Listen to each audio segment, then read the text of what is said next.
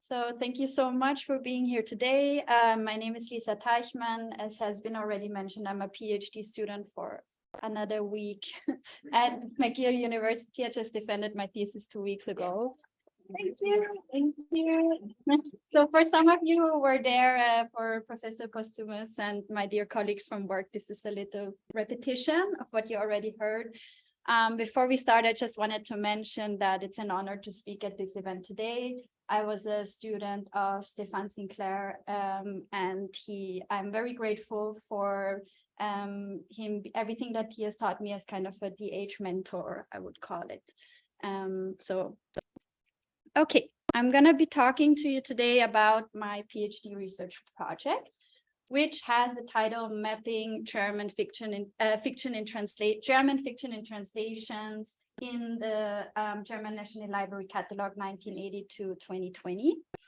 And I'm gonna just take you really shortly through my process, my objectives, and just give you a little taster of one of the findings I made. My motivation for this project comes from an observation I made years ago when I studied at several universities in Turkey. So my background is in Middle Eastern studies, Turkish language and literature.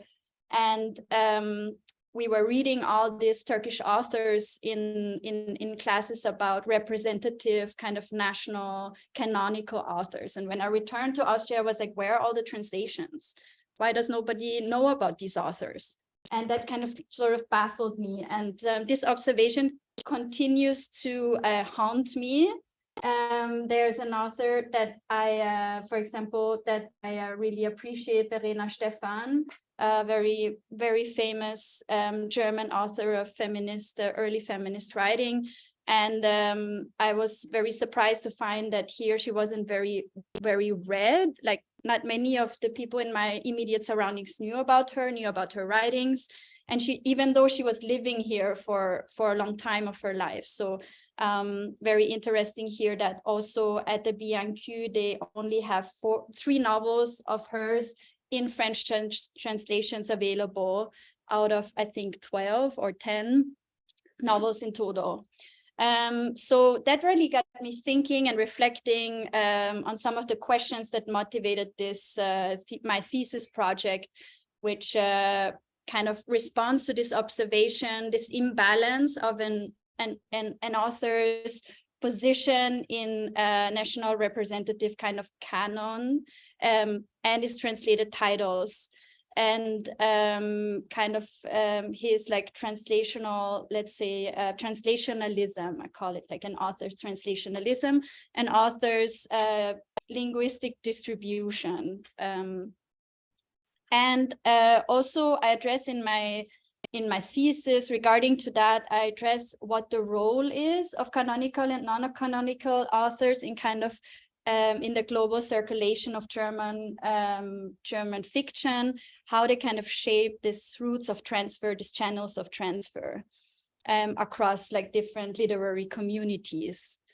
And of course, I also reflect on what the role of translations themselves are in the global canonization of work of German fiction, and how does thinking about translations, analyzing translations, modeling translations quantitatively, how does this sort of challenge our understanding of a national or a world versus a world literature? Like basically looking at what does the world of German fiction look like on a map and in its relation between literary communities.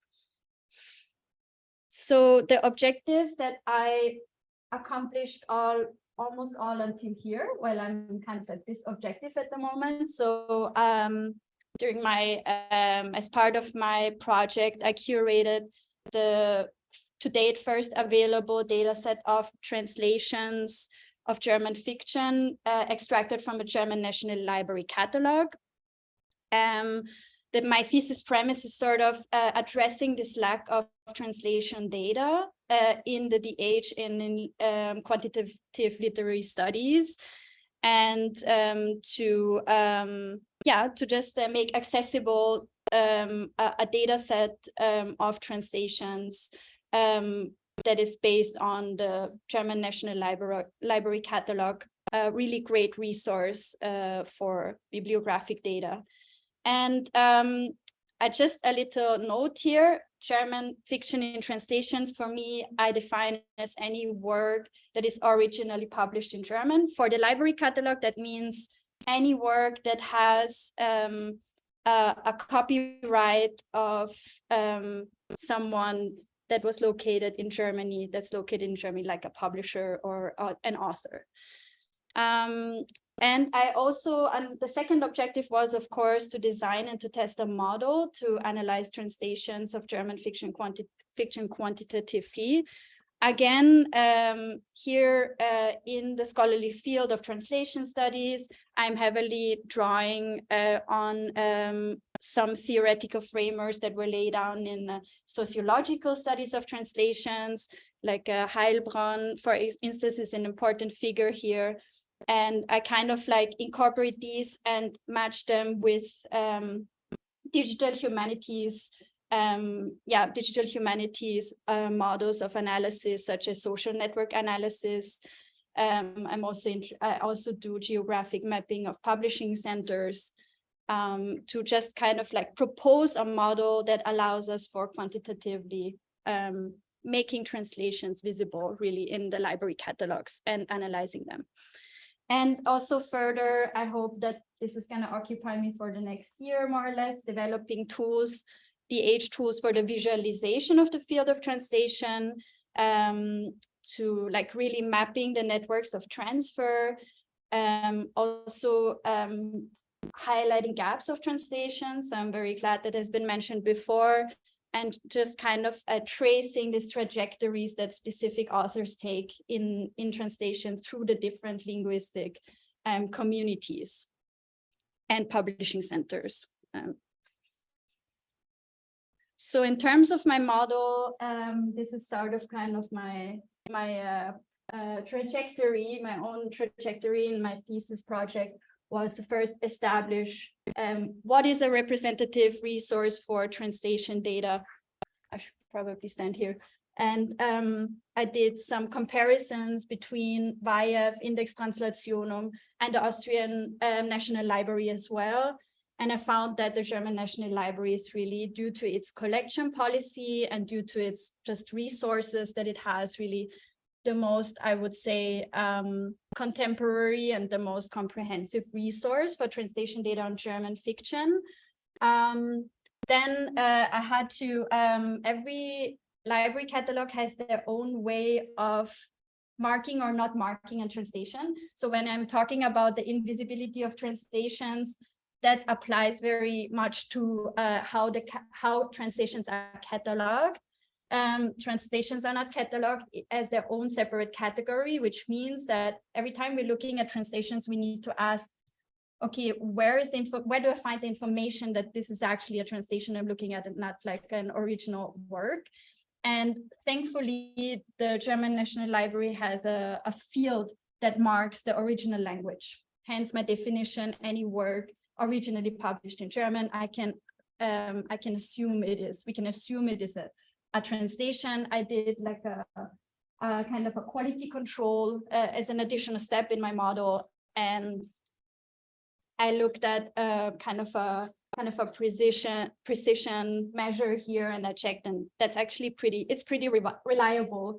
The way to extract translations based on my definition works fairly well.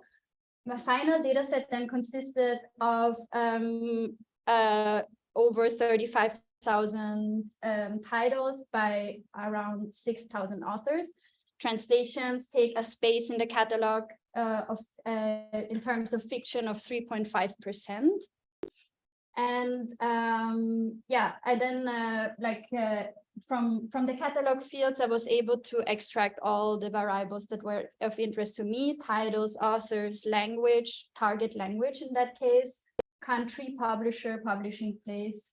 And as I said, I also did a data quality assessment, which is, I think, very important when working with library catalog data, because that's really where we will see the cataloging practices. And that's where the collaborative element comes also in this type of work, that this work is the product of a very close collaboration with the people working at the German National Library catalog. And it's thanks to them that I was able to get the additional information I needed on the catalog structure, the catalog practices, to really understand the data. And then my model of analysis consists of kind of three parts. So descriptive statistics, in order to look at this imbalance, if you remember my observation I made at the beginning, and look at frequency counts of titles per authors, look at like kind of which languages are central in translation. Unsurprisingly, I found that obviously French, English languages are like very dominant in terms of having like a lot of titles being translated. And I also did a social network analysis of language communities by shared authors. So I kind of wanted to trace the routes of transfer, the channels of transfer between the different linguistic communities. Which linguistic communities are connected by common authors, or which common authors kind of connect like a lot of linguistic communities. Kind of identifying the role of specific authors in connecting the network of translations. And then the last part was kind of geographic mapping of the publishing centers and the transfer channels by this linguistic channels, kind of a combination of social network analysis and geographic mapping. Just to give you one little taste for the types of findings that I had, one finding that I found very interesting was when I asked the question, who and into which languages is German fiction translated. Here you can see on this plot the top 20 authors in the catalog, in their titles, their translated titles and their translated languages. And that allowed me really to position the authors either in like a highly canonized, in the sense of overrepresented kind of field up on the top here. We can see that only very few authors pass the 500 title mark. So that's very interesting in itself. And again, here we can also see, if we go into plus 45 languages, we can find like prize winners and like translational authors, as I would call them, like Patrick Süskind. So that was just one of the measures that allowed me to further identify the author's function in the translational field, and kind of looking at their different positions, their relationships with each other. Some of them, they appear very close to each other. And yeah, exactly, to make this kind of observations about what does the field of translation look like, and who is kind of most dominant here, most present. In terms of where I see my project going for in the future, I think I really want to work more on developing tools this is a shiny app I created for the Spatial Humanities Conference this year, and to really create more tools to make the translation data more visible, make it more interactive, more approachable, yeah, keep collaborating with the German National Library catalog. There's a bunch of data that I didn't have time to include. I didn't have the space to include in my thesis, so I hope to look at that in future projects. So thank you so much.